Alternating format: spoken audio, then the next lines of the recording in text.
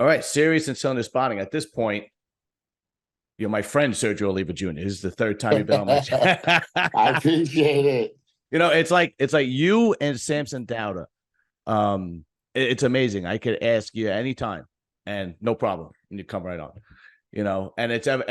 And what's funny is both of you were on my old channel the first time during COVID, during that whole lockdown, and then the same. Ever since then, it's like I don't know. It's like maybe because we were all locked down, we got like some kind of bond or something. I don't know. No, it's just you, bro. You're not giving yourself credit. I promise you, there's other people asking us all the time too. Oh, all right, good, good, good, good. Yeah. But I'm saying we don't do them. Oh, really? Oh, okay. Yeah. I'm saying Fuck, like, yeah, fuck them. Who it's cares? you, it's you. Yeah, but Samson's good people that he's. I mean, Samson's fucking super busy. So, Dude, it's just I don't know. I know I'm an acquired taste. I know you gotta, if you're a good judge of character, you could, you realize I'm okay. But I'm always like breaking balls and making jokes and stuff like that. If you watch my other content, I can't tell you how many other bodybuilders. I did a video of all the other bodybuilders that won't come back. I swear to God, I'm not kidding. But it is what it is. What are you gonna do? I don't know. And it's not. It's always something that like I didn't. It was like I had a falling out with Muscular Development before they went out of business, and the other guys but were. who didn't? Well, I guess you're right. Yeah. And the guys that were on were competitive bodybuilders on my show with them, and of course I blew them up on my channel, and they didn't want to come back because they were afraid of like what might be the outcome of that. If they stayed on with me. So all right, Oh no, whatever. yeah, Blackman is vengeful. So I've heard, but you don't have to worry about them now, I Mhm. guess. Anyway, so Yeah. let's get to you. How's Spain? Yeah, Spain is amazing. It's beautiful. It's very chill. But I mean, I'm a professional bodybuilder. Like you can literally put us anywhere, and we're still gonna do the same thing. I'm still gonna go to the gym, back Right. home, grocery store. It's about it. So it's just a nice little added bonus when it's like in paradise and the weather's good. Like have all the windows open. It's fucking January. Yeah, and I'm freezing my balls off in Jersey. Yeah, I So mean, my rule is if you lived in the cold, then you can talk, good about being in weather in January and December. That's good. But if you've lived there your whole life, or you've only lived in Florida your whole life, then fuck you because yeah, you right. have no idea. Like if you haven't walked to school or something backwards, Because of the way, then yeah. yeah, well, you hood up. That's right. That's right. Do you miss the States at all living here? Because you basically lived here, and you lived in Dubai, and now you live in Spain. Of course, I mean, I guess it goes for anything. You miss certain things, of course. Obviously you miss people. And then, I say this all the time. I wish every American would travel outside of the country because, when you leave the country, there's so many things that you realize other countries do that we could be doing that are great. But then also you also miss things that you get in the States that you don't get anywhere else. So of course I miss like here in Spain. And here in Spain is like it's just like San Diego. So everything is the same, kind of the same vibe, same chill, same people. Um, but Spain itself, the people are just on they're like always on a break. They're always on vacation. Even if they're working, they're just very slow. And I realized when I came back for the Olympia that I just, you get used to it when you live your whole life in the States. You forget people who work off of tips. It's a completely different type of business. So Mhm. just the restaurants and then even just like our post office, every post office in the United States sucks. It's always nobody wants to go, That's right. it's just That's right. horrible. But no matter what, if you go and you have all your papers, you can go and you can be done. Here, it could take a week. You could Right. go and then they just never see you because they're so slow. You could wait to get an appointment that takes like a month. So they're just like on a little bit slower Mm. vibe, I guess. But All it's right. good because nobody's stressed here. Nobody's rude. Nobody's disrespectful. So I guess like anything, there's pros and cons. But yeah, I miss the States. I'll probably stay here for a year or two and then come back. What about Dubai? You miss living in Dubai as compared to this to Spain, or no? Not at all. Fuck that place, bro. Really? Fuck that place. Fuck Dubai. Jesus. Yeah. Dubai is literally like going and living in Disney World. Really? When you visit, it's cool and it's nice, and you don't see behind the do not enter doors. It's amazing. It's the best place on earth, right? But once you work there or you live there, you see why it's able to be so nice and all the things that are hidden and corrupt, and then you even get because it's so crazy, because Arab people are the most like, monotone, gentle people. Just, they're not about violence, or at least in Dubai. And Right. but the locals, it's weird. It's like they have their own laws, they have their own rules for themselves, and they know that. So they're just the worst drivers. They'll run you off the road. They'll treat you like shit. So it's so crazy how some of the most peaceful people, I've ever met in my life, some of them were some of the worst people I've ever met. Really? Really? Yeah, yeah, yeah. I mean, it's just, bro, money is money, man. And to us in the States, when we say people with money, we have an idea. The Right. people with money in Dubai, we can't even fathom that kind of money, Really? and we're in America, we're talking about people who are buying like um businesses and materialistic things and stuff like that. They're fucking buying people, Mm. in Dubai. They own life. So it's just gonna do things to you. You're just gonna be a different type of person. You're gonna have different uh mentalities in life. And I Mm. can't even imagine living my whole entire life in Dubai. Yeah. Right. Like, I couldn't imagine living my whole entire life and never traveling anywhere outside of the Middle East. But Dubai in particular, you lived there when it was nothing, literally nothing. And then over not even, that crazy, what, 20 years, 20 plus years, it's now this, just global, um, I don't even know what the word is, it's just Some people so, compare it to Las Vegas in the Middle East. Is yeah, it's that bigger. It's bigger than Vegas, though. is it the same? Because like you said, like Arab people usually live very strict and so on and so forth. Is it the same as Vegas with the prostitution, gambling, so on and so forth? Yeah, Same shit. exactly. But they hide it. Exactly. Okay, So, gotcha, like, at gotcha. least in Vegas, like, that Right, Dubai would be Vegas saying that there's no crime, there's no prostitution, there's no drinking, there's no gambling, and the whole time you're like, that's not true. Like, I've been to Vegas. yeah, yeah, right. What do That's you mean? I bullshit. fucking been to Vegas, Right, right, right, So right, if people were, if Vegas itself, the people who run Vegas were saying that, after a while, you'd be like, man, what else are you lying about? right, right, right, Because right, I right. know what you just said isn't true is true. So but they're smart, like, if you want to keep a good image of a place, why don't you make talking bad about it illegal? It's the smartest thing you could do. Right, So right, if you post a altercation or something happening in Dubai, you go to right. jail. Like, Really? yeah, yeah, yeah. I mean, you can't film anyone in general. That's for sure a no-no at all. One time Wow. I got into this little fender bender with a taxi driver. He Mhm. just kind of like scratched my car a little bit, and I was trying to film that he wasn't giving me his license. So Really? I was showing my license.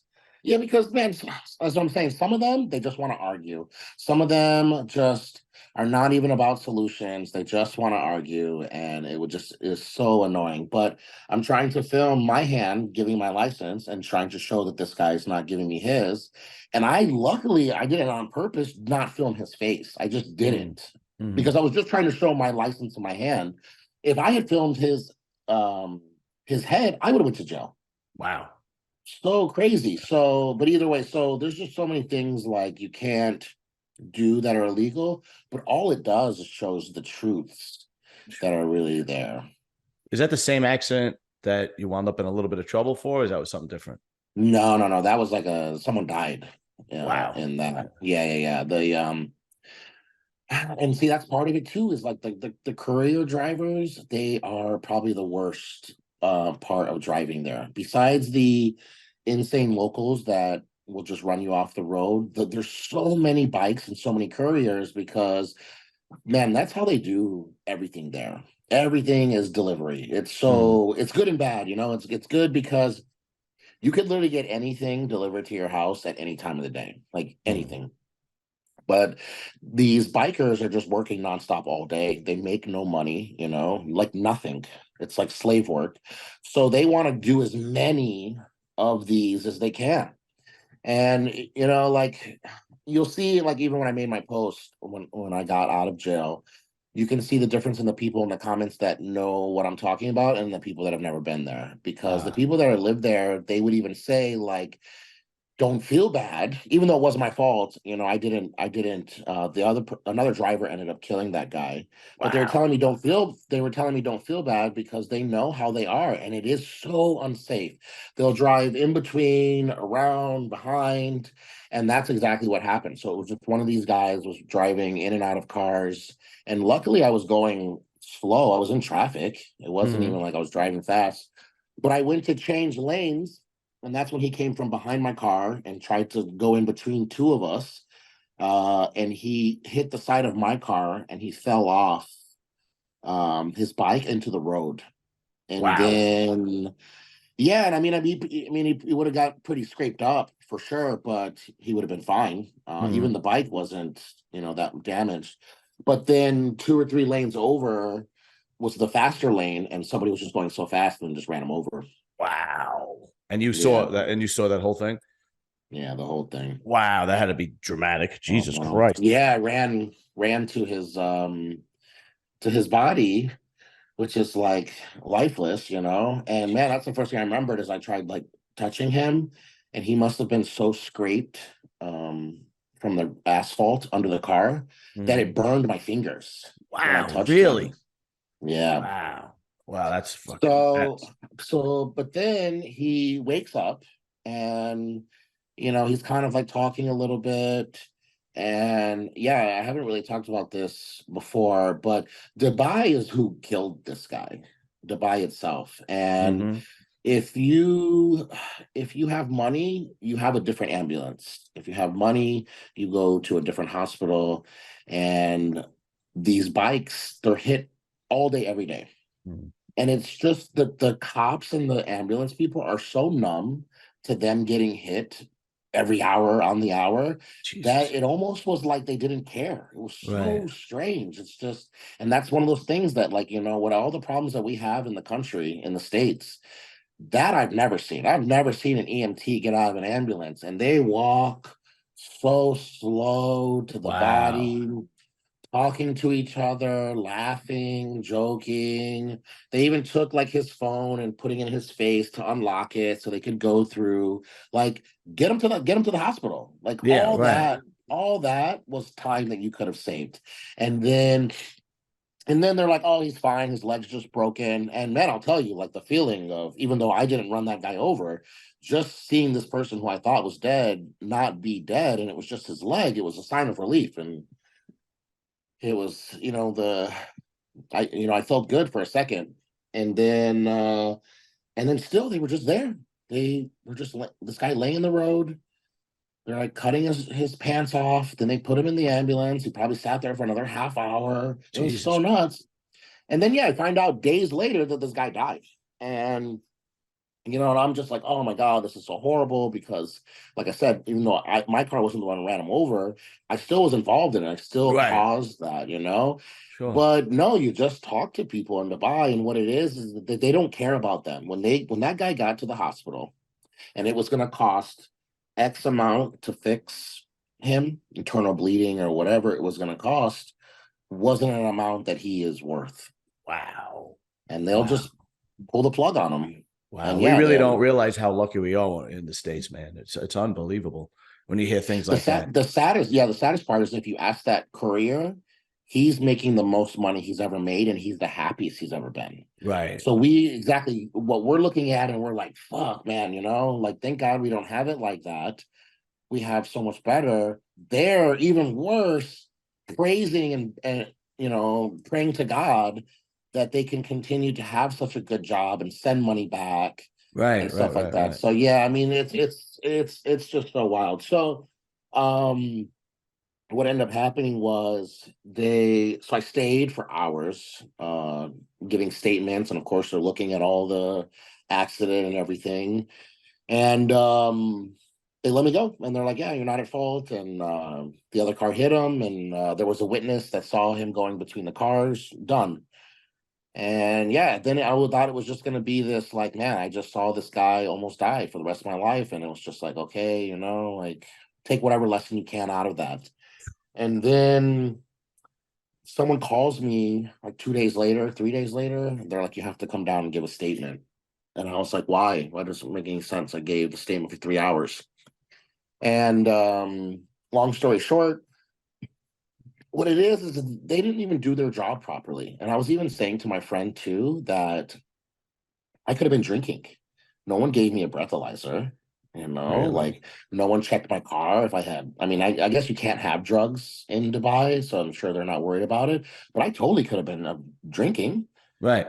You know, who knows? And I was even saying, like, man, they really did not do anything other than looking at the cars and the accident. They didn't really like look into me, or the other driver could have been drinking. He Right. was standing with me the whole time.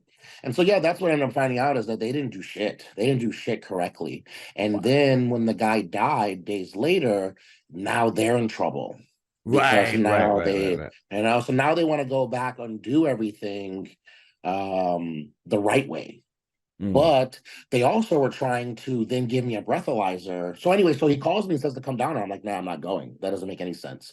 And they even were like, oh, well, you don't have to go.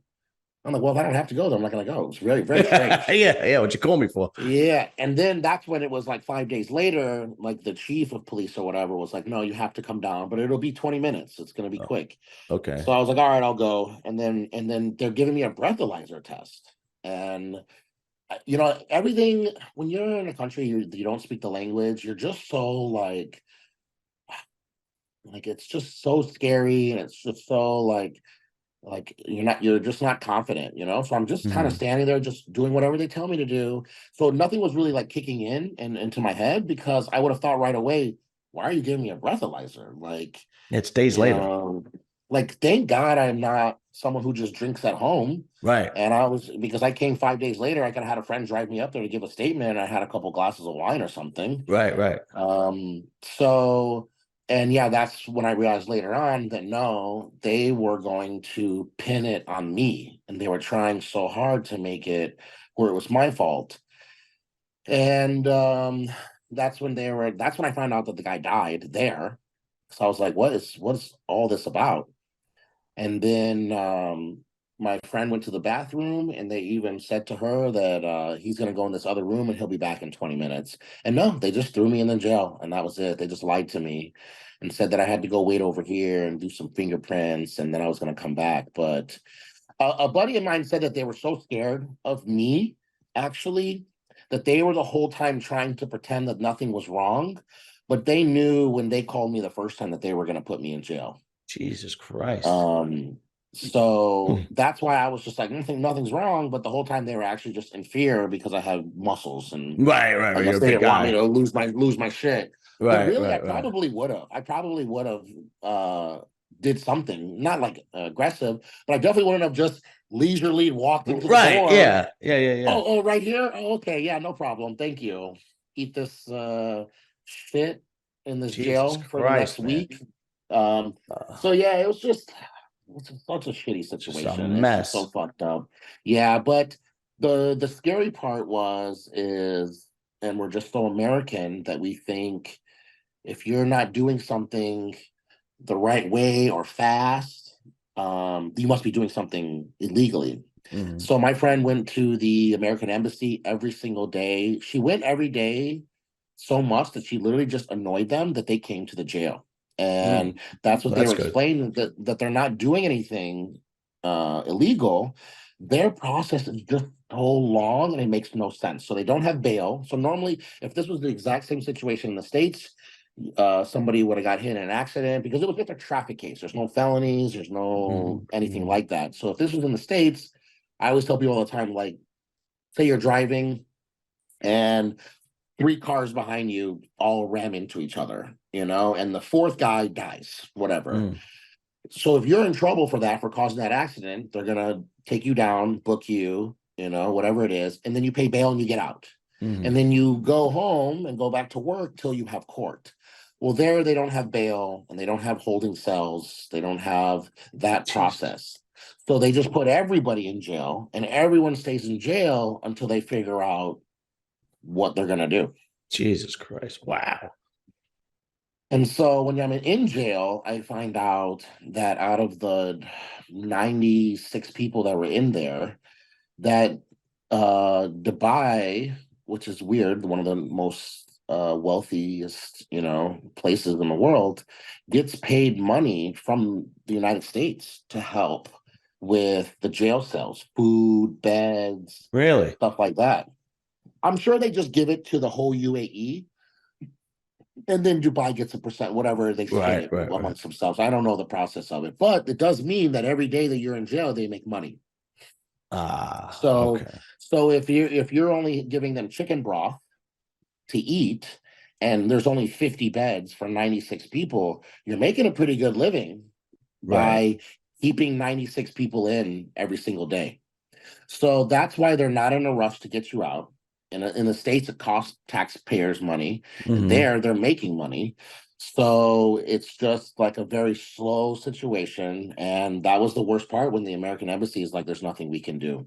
And Wow. so so this was the part of why I hate Dubai, and I don't blame you after um, that. I'd never want to go now.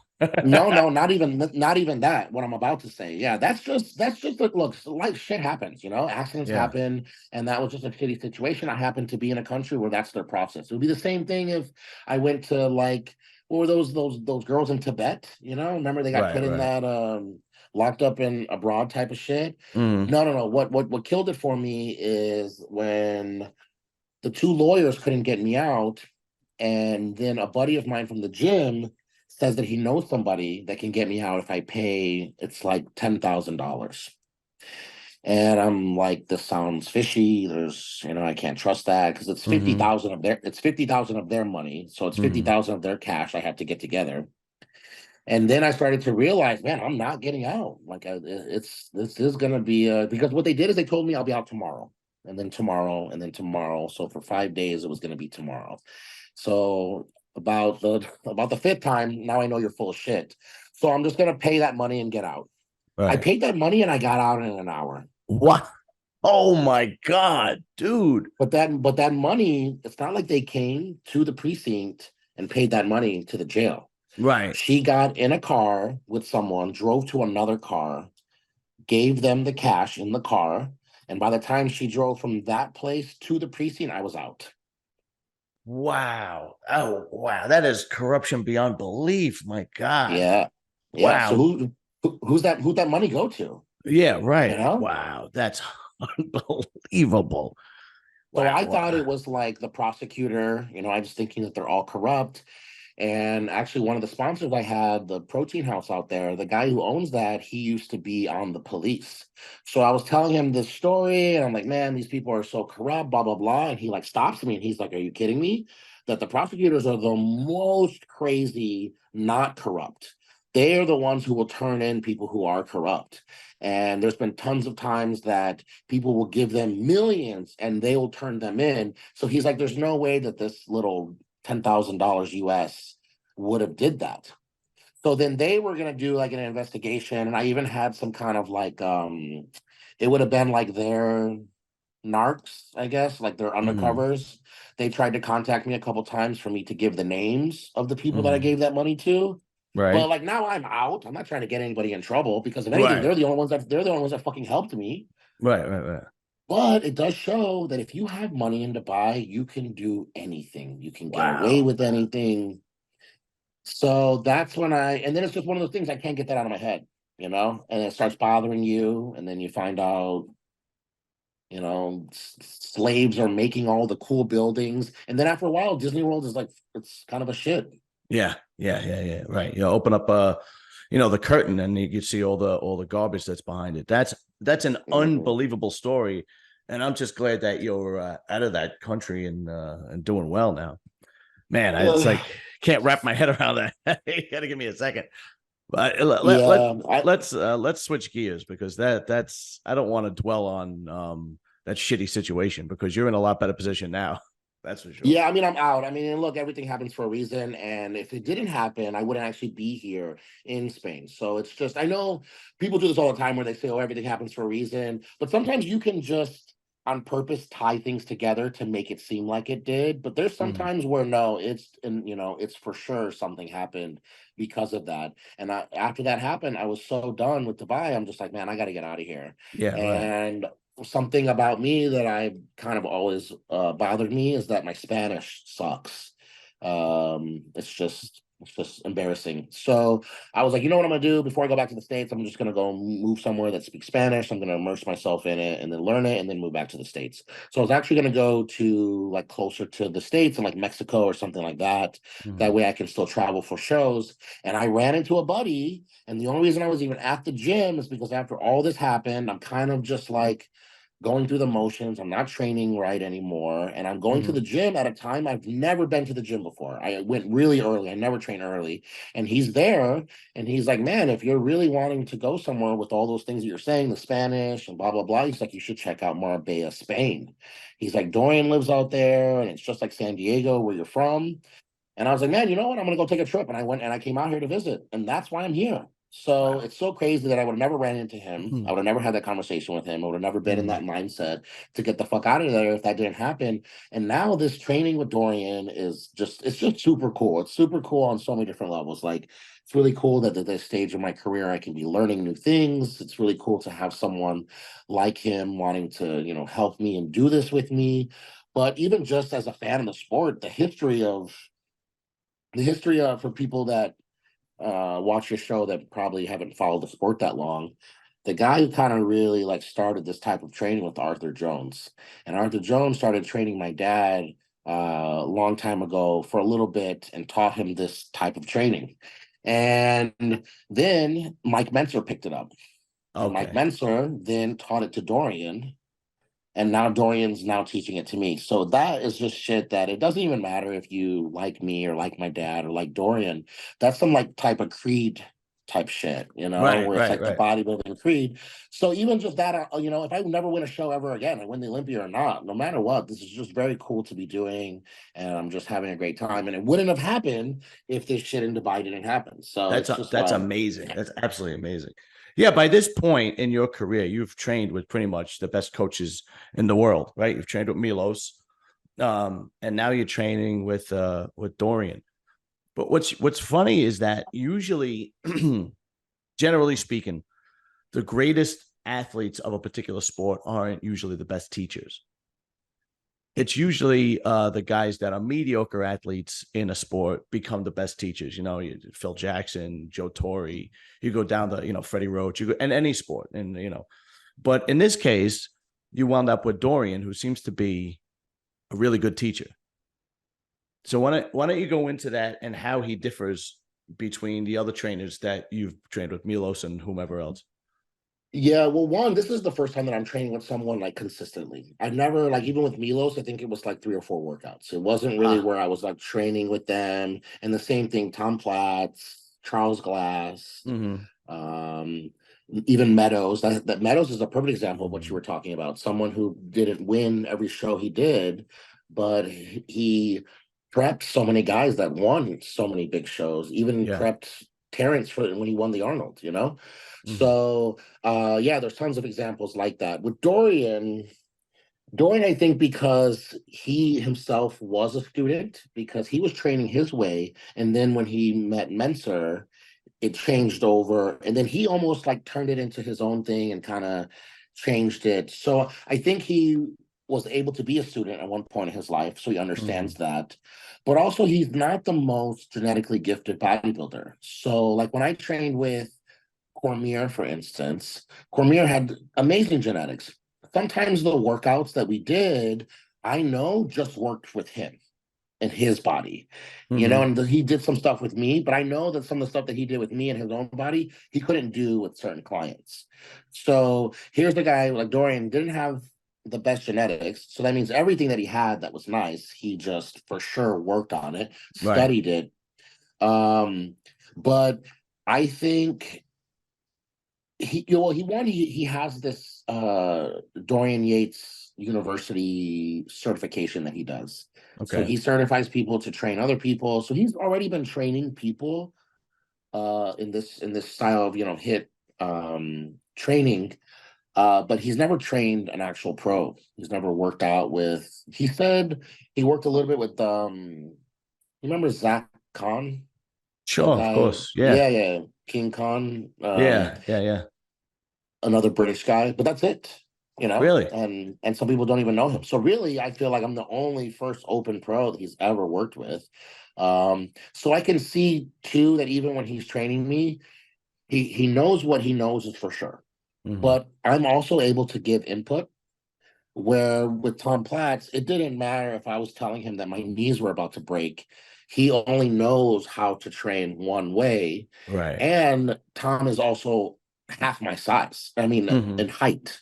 Right. So that's something that I've been trying to even teach a lot of people in my talkings, is that taller bodybuilders are always struggling because we're always learning from someone shorter than us. And so sometimes we think, man, this doesn't feel right. It must just mean that I'm a pussy and I need to suck it up. But Mm-hmm. sometimes our angles and form needs to change. So having someone a little bit taller, Dorian's not as tall as me, but he almost is. So he knows, especially like on legs, certain things I can't go very close together, just Mm-hmm. kills my legs.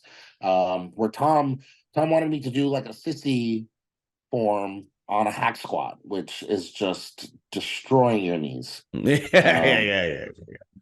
so that would be the biggest difference between Dorian and them, is that he's also very excited to do this as well. I think Mm-hmm. this is something new for him, but he doesn't have this like my way or the highway mentality. Yeah, for some reason, when you are a great athlete, you think everything you do just works for you. And the truth of the matter is, the best coaches are always the mediocre athlete that have to learn everything, that aren't the most gifted.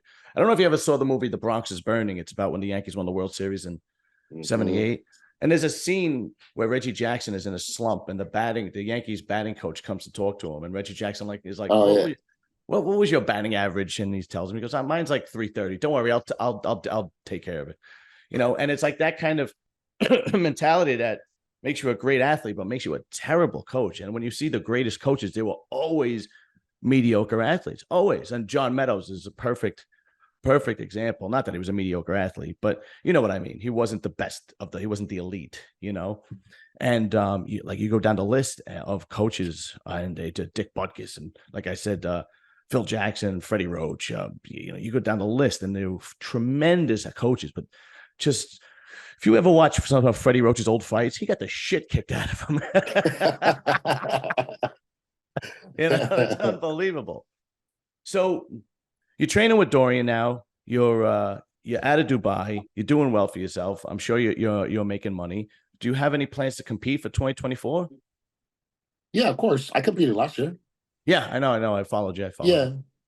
Yeah, no, Yeah, last year you had a I don't problem. You know what. wanted to do the Arnold Brazil, and that wasn't. But then you went to where'd you go? Cali, right? Did you do Yeah, I went to Cali? the Cal. Yeah, yeah. It's because they put me on a travel ban. I couldn't leave Dubai. Okay, okay. Yeah. Otherwise, yeah, I would have did.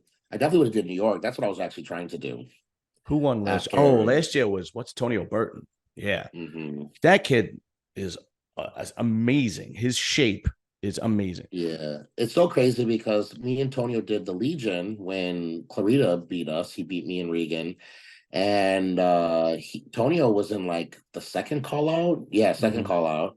So it's me, Sean, and Regan, in the top three. We're just battling, and I just hear someone in the back like, "Come on, Serge, come on, Serge." And I'm like, man, who the fuck is behind me rooting me on? That's like not a thing in bodybuilding, Yeah, And when I turn around and do my back poses, it's him. It's this yeah. guy I never met him before. Mm-hmm. And I'm beating him. And in front of Clarita and Regan, he's just rooting for me from the sidelines of the second call out, waiting.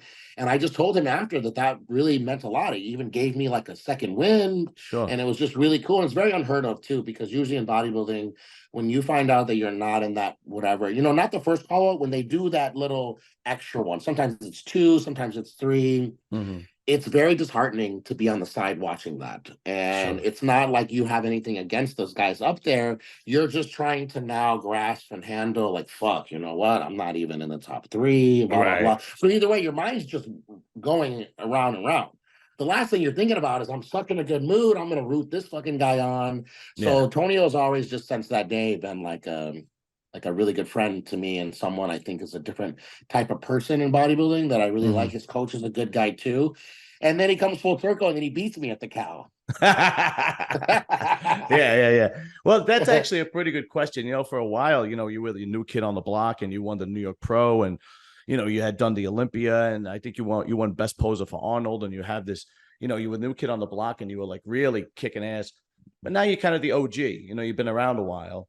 And is Tonio a certain type of bodybuilder now? The younger guys had looked up to you and now they're like, oh wow, Sergio, can you help me, give me tips? Or is it like your typical selfish bodybuilder, I really don't give a shit?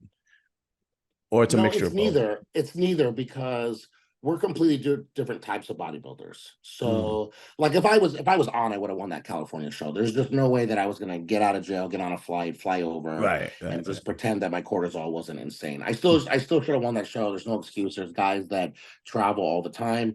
So either way, my point is that if I was on, then I would have beat him, and then it wouldn't have been that same question that you're asking me. mm, But I'm 6 foot and weigh 280 something on stage. mm-hmm, So now in bodybuilding today, it's just different, because yeah, back in the day, like, look, you can always learn something. I'm not saying there's not something we can learn, but back in the day, they'd be watching them. This person's eating that, like the Arnold days, and mm-hmm, you hear about Ronnie stealing something from everyone, mm, and that's how he drinks because of Kevin Levrone. He does this warm up because of this. But nowadays, I think it's just so much on whatever your coach has his plan, that it doesn't even matter what anyone else is doing. You're mm. not going to do it anyway. Because if I saw, like, a perfect example, the cow, I don't even know if I can say this, the cow um, is one of the shows you're not allowed to have weights backstage. So this is something new. Some people know about it, some people don't. Some people think it's a big deal, some people don't. I think not having weights backstage to pump up is fucking insane. I Yeah, cannot why is understand why how. is that? Because once you start doing the pro-ams and you have amateurs running around, they ruined it at some show, that now the NPC or the IFBB cannot have licensing or weights backstage at every show. There's only certain shows that can have them. Oh, okay. And but if you, like, if you watch RX Muscle, I saw a interview with Palumbo saying that if you're not able to pump up with bands, then you're not really on. And see, I think that's a crock of shit. I Mm-hmm. think some guys can do no pumping up, and that's why I brought this up. Um, Yeah, I and I agree. It's an individual thing. Yeah. Yeah, there's just no way. Like, I can't even get a pump until I sweat a little. And for me to Mm-hmm. sweat, I actually have to have some real weights, and I have to pump up. So either way, so I don't know if I should say this, but I snuck weights in backstage to the cow. And it's like, and they even said at the meeting, they're like, it's a definitely no. And I just snuck them back there, because if I came out with some bands, they would have put me last place, 100%. I Uh-huh. I look I look really bad when I don't have a pump. Anyway, Tonio didn't pump up at all. Yeah. He did not do shit. And the other person that I saw do that, and these would be the two people that he's probably asking, is that the Legion was the first time I ever saw that too, and that was Clarita. Mm-hmm. Clarita just got out of his clothes, put oil on, and walked on stage. And it's just so insane to me Yeah. to be able to, especially in today's day, because it's not like there's only bodybuilding. There's so many classes we're sitting around waiting for. And somehow this guy still knew the fucking exact time that he was going to go on stage, Mm-hmm. and ate the right everything, and just took his jacket off and walked on stage. It's very intimidating. I Yeah. remember that, especially a guy that weighs 100 pounds less than you Clarita's a is freak of just, nature. He yeah, really yeah, is a yeah. freak It, of nature. it, it really is. So Tonio did the same thing at the cow. So the answer your question, a long answer is, clearly our bodies are completely different. Right. He probably could ask me on like some, how do you handle relationships and bodybuilding, Mm, business relationships, stuff like that. I can definitely help him, being kind of the OG in that. But on the like, what's that person doing for this? What are they mm, taking? Stuff like that. That's the old day shit. Nobody does that anymore. I see. Do any of the Yeah. young guys actually, or are they fans? And when you see them coming up, and do they approach you and want to shake your hand and meet you, even though they're IFBB pros and maybe at a little elite status at this point? Because there's a lot of young blood coming up now, a lot. Yeah, for sure. Yeah. I think I think everyone who's met me that I compete with have that feeling. I just think people that haven't met me, I think probably they listen to other people who don't like me and then Mm, maybe have just a certain opinion of me. Because the hmm main thing that I hear from people is that you're nothing like I thought you would be. So I know it doesn't mean physically, because there's no way. Right. I only been in a competition with one person who was bigger than me. So Mm. so it's a compliment. It's good. It's But it's unbelievable. I'm not a young guy. I'm 47, and I I'm friends with people that other people despise. And I go, but it's not my issue. What the problem you had with that person is not me. I get along great with him. That's your problem. I never let somebody else's influence, whether I like it. There's a guy at work that everybody hates. And I get along with him great. When I hear I'm working, because I'm a sewer worker in New York City. When I hear I'm working with him, I'm happy as a pig in shit because him and I have a great time working together. Everybody hates him. And I'm like, I don't know what to tell you guys. I get along with him fine. I don't know. You know? it's tough because in the fitness industry it's not that easy, because now like we're boys, and I find out that this guy, I find out Tonio uh slept with your wife. There's no way that I'm really your friend if I'm Well, that's being extreme. good with Yeah, that guy. right. So Yeah. that's what I'm saying. So in the fitness industry, though, there's a lot of times though that you have someone who's like, I don't like that guy because they screwed me over. And then when you find out, actually, no, it was just the supplement sponsor who was a shitty person and Right. was trying to trick someone, whatever it was, you find out that that wasn't the truth. And oh, actually, Sergio's a cool dude. But I've met plenty of people, I use this all the time. Aaron and PJ are the perfect example of what you just said, Mm. because you can find somebody who hates Aaron and you can find someone who loves Aaron, and vice versa for PJ. I'm friends with both of them. Mm. And it's a very rare thing in the sport to be friends with the Yankees and the Mets, Right, like right, you right, right, you right. can't do that. So it's a tough thing in the fitness industry. That's probably the hardest part, is being loyal to people and then also still letting people, have their own chance at things, because there is a lot of shitty people in the fitness industry, unfortunately. Yeah, But yeah. what I'm noticing is the growing of social media, as negative as it is, it's only brought the bodybuilders closer together. I can't tell you how many group chats I have of just a bunch of just fellow pros, so we can either talk shit about something that's going on, Mm. or vent about something or whatever it is. And it's really nice to have those when really back in the day, like when Craig Titus and King Kamali are going in on each other, they really wanted to fight. Like they Yeah. really wanted to kick each other's asses.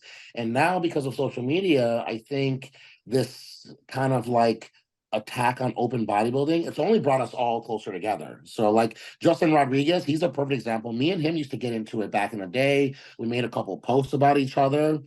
As soon as it started turning into where classics the cool thing to do, and you don't look like Bumstead, you're a piece of shit, and you start attacking other guys, you find yourself like, well, damn, I know Justin just had a kid and he just had an injury and he just brought his legs up. Like, no, I mean, he's pretty cool actually. And then after Yeah. a while, it actually starts to bring you closer and closer, that we're now, yeah, some people on that group chat that I'm with are people that we used to dislike each other. Yeah, it's the keyboard warriors that talk all kinds of shit, and sometimes it's not even the keyboard warriors. Sometimes it's guys with really good reputations that say things that are out of control. But hey, listen, I've had my fair share of because now I've been doing this for about 3 years, so I've had my fair share of beefs going back and forth, and there's I will only do that if I know I'm 100% right. right? I'm not going to put myself in a position where I'm going to be called out where I'm wrong, which to me is just ignorant, right? If you're just going to give an opinion with no facts based behind it and so on and so forth. But there's a lot of people that do. And then it's like, you're a moron. I don't know what you expected. People are going to find out, especially with social media. But I want to transition to, since you've been in the game a while now, and there's a lot of young blood coming up. And of course, we got the Arnold, and there's a lot of young blood coming into the Arnold. I want to get your opinion on some of the young blood and the Arnold itself. The first one that everybody's talking about, obviously, is Rubio, Nexzilla. And there seems to be like, there are people that are absolutely in love with the freak factor. And then there are people that are like, well, he's not a very balanced bodybuilder. He does have awkward symmetry and so on and so forth. So he has this tremendous fanfare. And then, because I'm usually a fan of the freaks. I'm usually a fan of the monsters on stage. But he is not symmetrically balanced very well, right? He has these tremendous legs with not much separation, and it kind of overpowers upper body.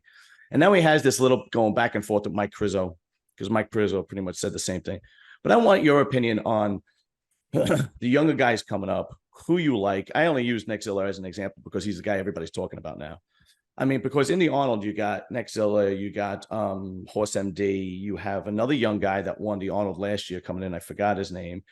And of course, you got Samson. And there's rumors floating around that Hadi might not do the USA Arnold. He might do the UK Arnold. So I don't know. You could go into it, piggyback off that. What do you think? Yeah, no, I think there's a bunch of guys that are like up and coming, and I think it's just kind of like the cop out in bodybuilding where you just say, well, yeah, if he nails it, then they're going to be really good. But unfortunately, that is how it is, because Carlos Thomas Jr. is another perfect example. That if Carlos was, even if Carlos was the condition I was at my worst show, he would be destroying these guys because his Absolutely. shape and size, he's not lagging anything. Obviously, everyone's back could be bigger, but your back looks pretty big when you're diced, which he just hasn't been. So I think people just rag on his back a lot. And Nexzilla, I've seen this guy. He's been around for a while now. He's only just because he just got his pro card and he's now doing well that people are talking about him. But I've been seeing him at expos for a long time. This guy's he's been hanging out. So the reason I'm saying that is he's only going to get better. There's Mm-hmm. no way that he's just getting into it, learning his body. He's now having a trainer like Cormier, who I've worked with, who I know, Mm-hmm. he takes everything on himself, like it's his own career. So there's no way that he's not going to be better, right? So we know he's going to improve. So you have to put that in mind. So, but then how much can he improve? Because everything's kind of like stumped, that if he grows, even makes everything bigger, does it change like the overall shape? And I just don't know. I don't know, Mm-hmm. because like Nick, he's kind of like a black Nick Walker, but obviously his legs are way bigger. But Nick is just so conditioned and so shredded that Mm-hmm. it earns such a different type of respect that people can look at him and say, I never want to have a body like him, but I still think that guy's first place. Right, Or right, that's right, right, something right. tough for people to do in bodybuilding. It's very hard for people to like a particular physique better, preferably for themselves, and still understand that this guy is still better. Mm-hmm. So I think the condition that the Nexzilla guy would have to be to get that same kind would have to be an insane amount. That I don't know. Mm-hmm. I don't know if that you can keep growing and have that kind of like shrink wrapped look. Right, right, right, right, right. Um, but for the Arnold in general, I know Raphael, I think, is going to do really Yes. well. Yes, that's right. Yes, yeah, he looks amazing. He's taken a year off, which he hasn't in a long time. He's also switched from Chris, like I did, to Mm-hmm. Neil. Mm-hmm. So like we all know, bodybuilding, just because you switch to a new coach doesn't mean that what they're doing is better than your last coach. It's just sometimes something new. Right. But you for sure are going to get some kind of different shock, and you're definitely Mm-hmm. going to have a different look. And I can just speak firsthand that the protocol that Chris uses to peak you for a show is not the same as Neil. So it doesn't matter if he's better or not. Raphael's going to look different. It's going to be a different type of skin looking, a different type of condition.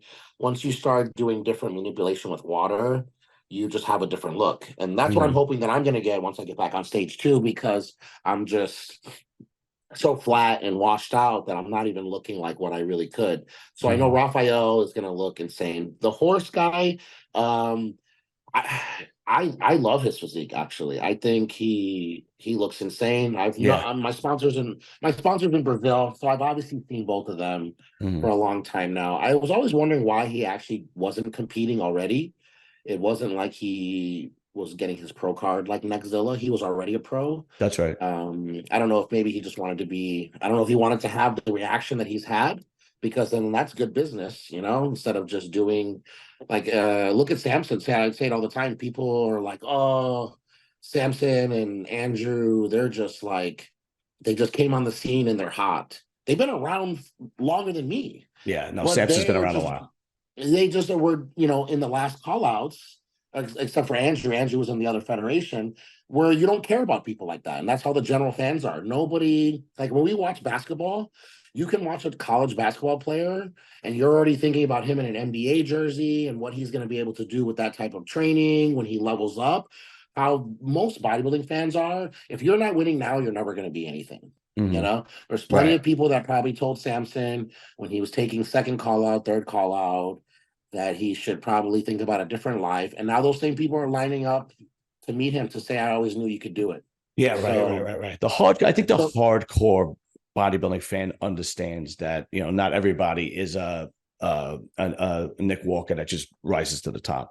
I mean, you know, it took Jay Cutler a very long time to become Mr. Olympia. And I think, you know, it's kind of like the Mike Tyson effect, right? He became heavyweight champion at 20, so everybody expects the same amazing story and anybody else. But these guys are in a category of themselves. Nick Walker and Phil Heath and I was gonna say Phil changed everything. He's the one that Phil fucked it up for everybody because now you think that that's possible. You think that you can. Also, Derek Lunsford. The only reason, yes, 100%. I only think Derek wasn't as fast, you know, on paper, is because that old coach he was with kept kind of dropping the ball the day of the show. But Derek's been walking around with the same physique he won the 212 with for a long time before that. That's right. I think that he could have, you know, done well sooner. But either way, it's impossible to win your pro card, win your first pro show, because I think he won his pro card, then won Tampa, then went to the Olympia.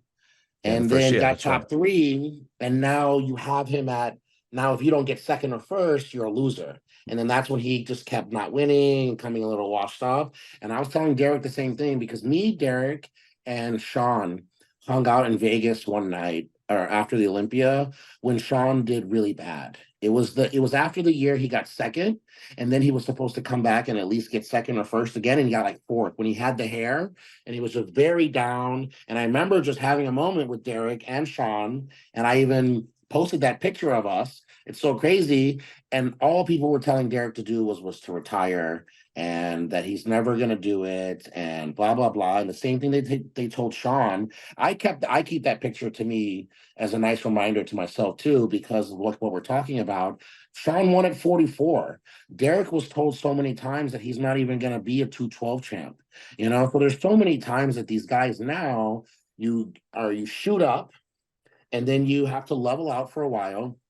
You fix things, learn things about your body. Your body obviously changes. The formula changes, and then you master that, and then you win the Olympia. And that's how it works. Phil is an exception.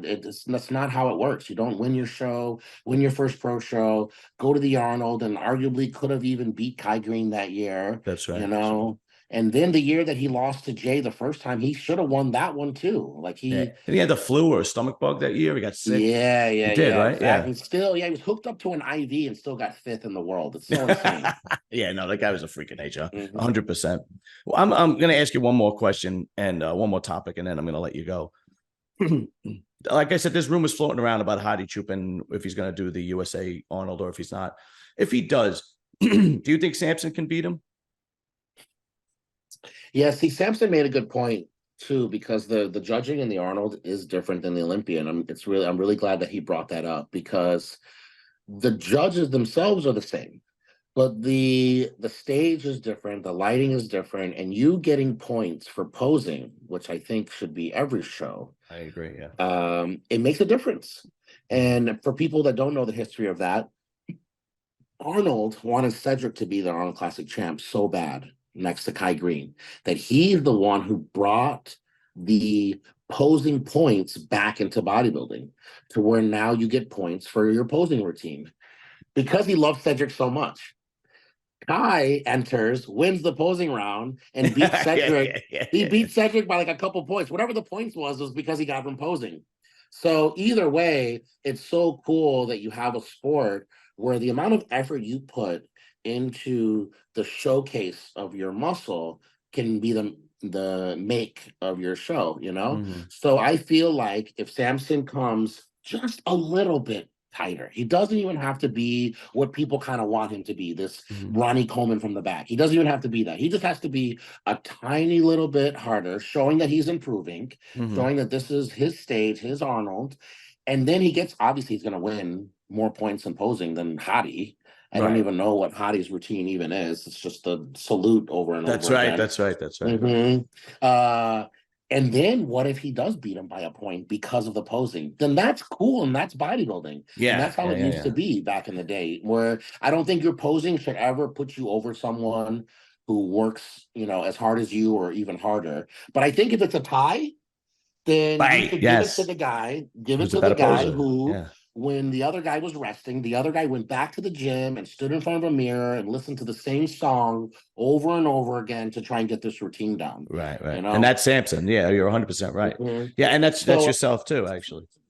so yeah, I think that's what made me beat Cedric at the Arnold. I beat Cedric by only a few points because I won the best poser that year. So sometimes it can give you that little, Yeah. you Edge. know. Edge.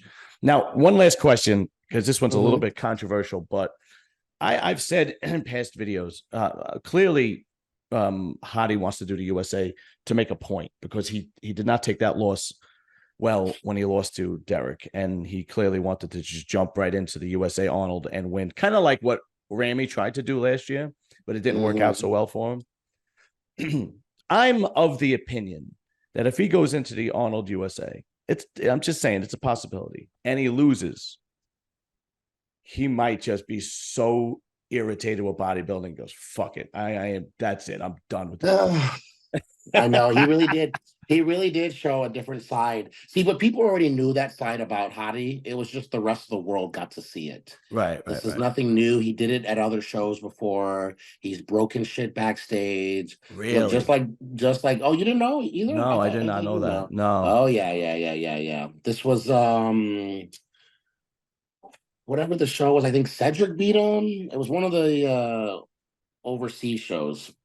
And yeah, lost it backstage, breaking tables and Wow. shit. Oh, I did not know that. And So then it's very yeah, possible that, because if he's looking to make a statement. And am I think he's looking to take that Arnold Classic USA trophy back to Iran, as if like to say, this I'm taking the United States championship back to my country. I always go back to, I mean, I know we both follow sports, but I don't know if you remember when Sugar Ray Leonard fought Marvelous Marvin Hagler, and Hagler thought he won, and they gave it to Sugar Ray, and he said, fuck, he just told everybody to go fuck themselves. Boxing is corrupt. And he never fucking fought again. He retired. He went to Europe and retired. He goes, I'm done. I kind of have that same feeling that might be a possibility if Hadi does the show and loses, because he might have this attitude like this whole thing is corrupt. I'm the better bodybuilder. Fuck these people. I mean, I might be dead wrong. He might, I don't know.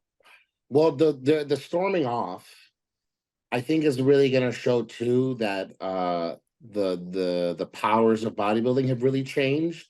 if he does win the Arnold, because I can tell you if this shit happened in the 90s or the 80s, he would have been Lee Priest so quick Yes, you're right. that he would Yeah, have if Joe Weider was never. around, that's right. Yeah. Yeah, so I think that's something else to think about too. That people, in a positive way, that if he does come out with the win, it does show that they're very much more understanding and less mafia, Hmm. and understand that someone can have a bad day, and it doesn't mean that they're kind of a bad person. Of But course. to answer your question, when he threw a fit losing to Derek, right?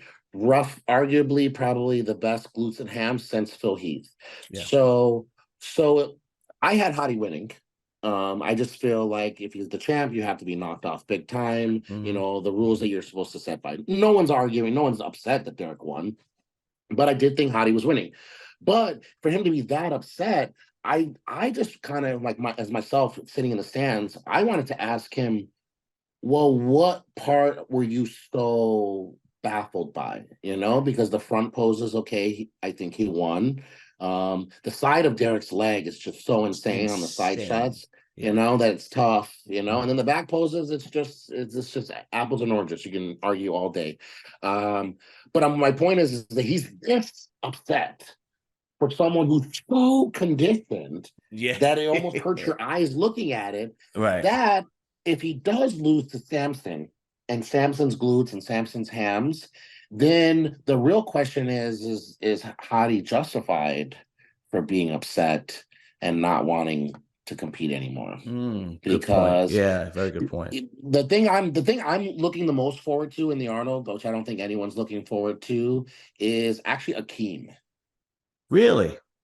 Yeah, because I feel like Akeem, Brandon, there's a few guys, not Bayeki, because Hmm. Bayeki kind of was a little bit shittier, but I feel like in the sport, there's been a couple black guys that have these different looking hams and glutes.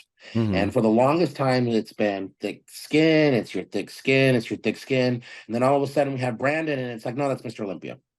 And then it's like, Mm. okay, well, that's Brandon. All right, it's Brandon. His front shots are insane, his shape is insane. And we still, Akeem, you need to be better. Akeem, you got to have this, you got to have that. And then here comes Ron Sampson.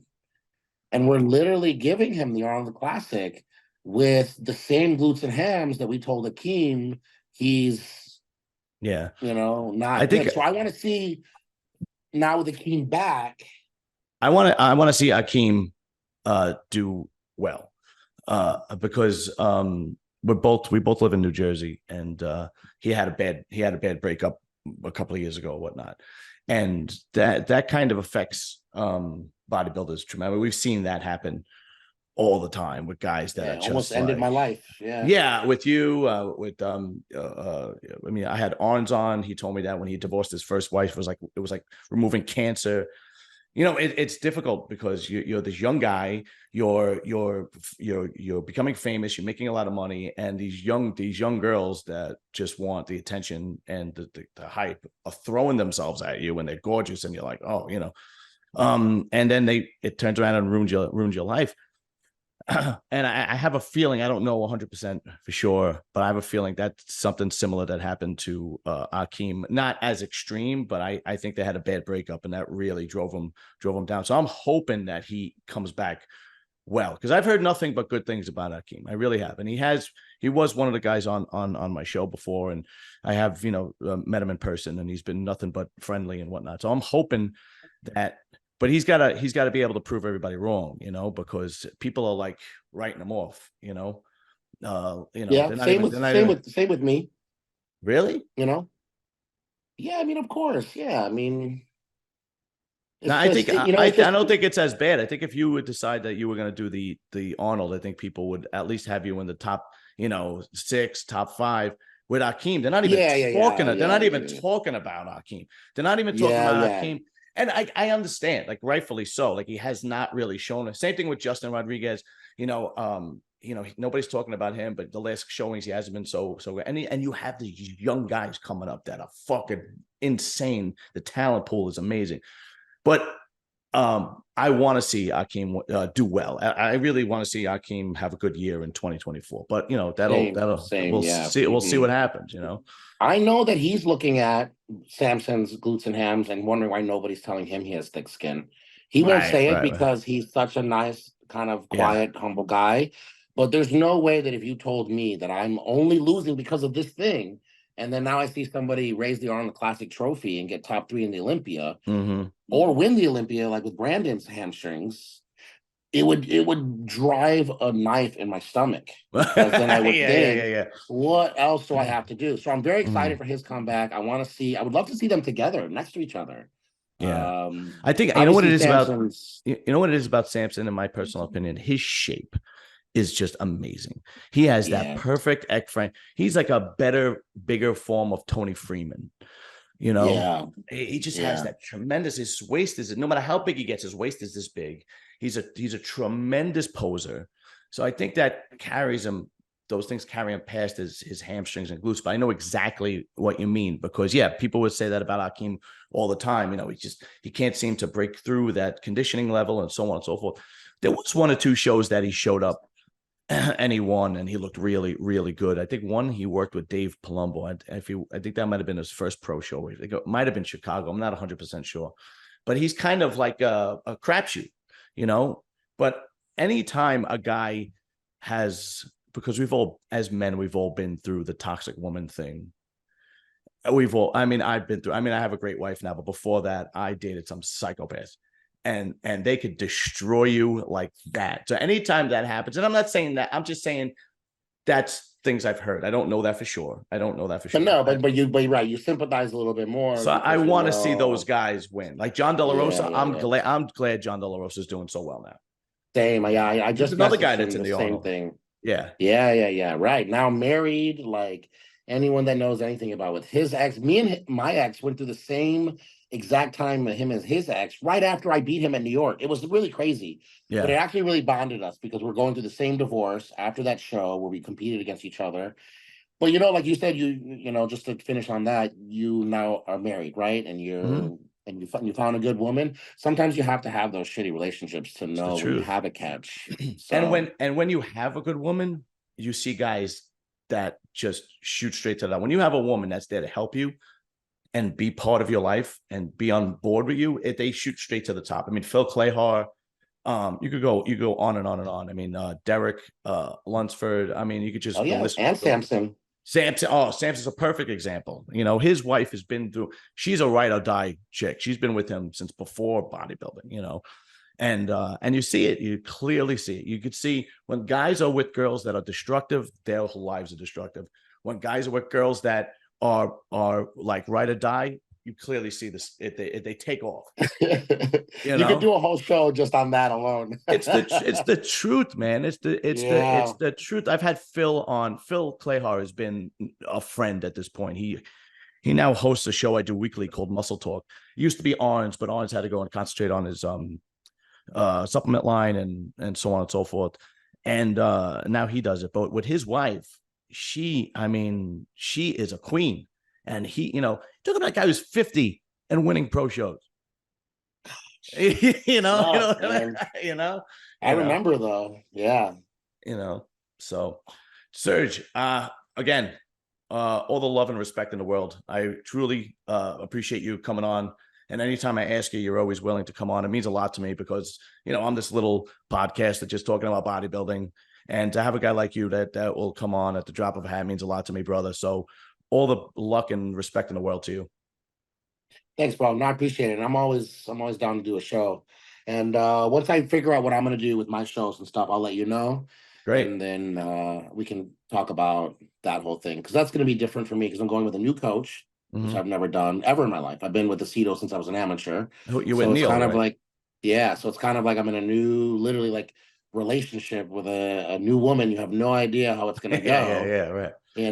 So and then also, because I'm probably going to try and do something close to here in Spain, so Mm-hmm. hopefully maybe Dorian will go. That'll be really cool because then that's Yeah. just some cool ass shit. So I'll keep you Absolutely. updated, and I appreciate you're always very patient too with my schedule. I appreciate it. I know what you guys are going through, man. I fully understand. Anybody who doesn't understand is just an idiot. You know what I mean? Like honestly, seriously. I mean, and I think it's the guy. I mean, I've competed before in the NPC several times. Now times that by 10. And that's what you guys go through. I fully get it. You know, so I think it's the guys who just think, oh, you know, what's the big deal? All you're doing is bodybuilding. Like, no, it doesn't work that way. Anyway, brother, listen, have a good night and we'll touch base. We'll talk soon. Will do. See you. All right, later, man.